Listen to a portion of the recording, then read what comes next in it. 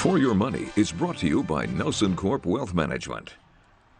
It's now time for Your Money. We're joined by David Nelson, CEO of NelsonCorp Wealth Management. Welcome back, David.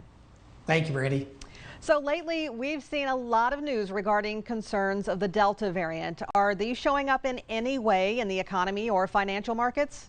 Yes, certainly they are. It's tough to quantify as far as the magnitude, as far as the impact. There's so many variables that come into play as far as whether the economy is working or whether the market is working.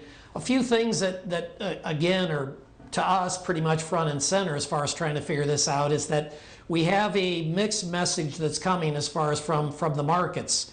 The bond market is basically interest rates have been coming down again, which typically is saying, hey, we're concerned about deflation, while the stock market seems to be on a roll and hitting all-time highs on a fairly regular basis. I brought along a chart, which will be a nice visual, and this is looking at sentiment, which is one of the pieces when we look at what we think is going to take place as far as going forward.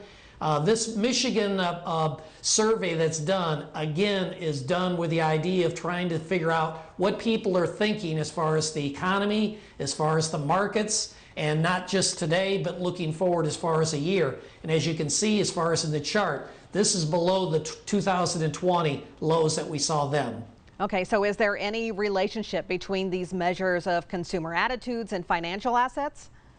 Yes, very, very important. Again, multiple pieces as far as no one out there should be making their decisions based on one survey. But when you put that together and you look at the wall of worry that exists as far as out there, what you find is that there's things that people can piece together. We call them price-based and non-price-based as far as options. And those variables as far as are key to this. All right, so I know you don't like to put all of your eggs in one basket. Are there other data points that fare well with the measures we've been talking about to give a more broad sense of where things are?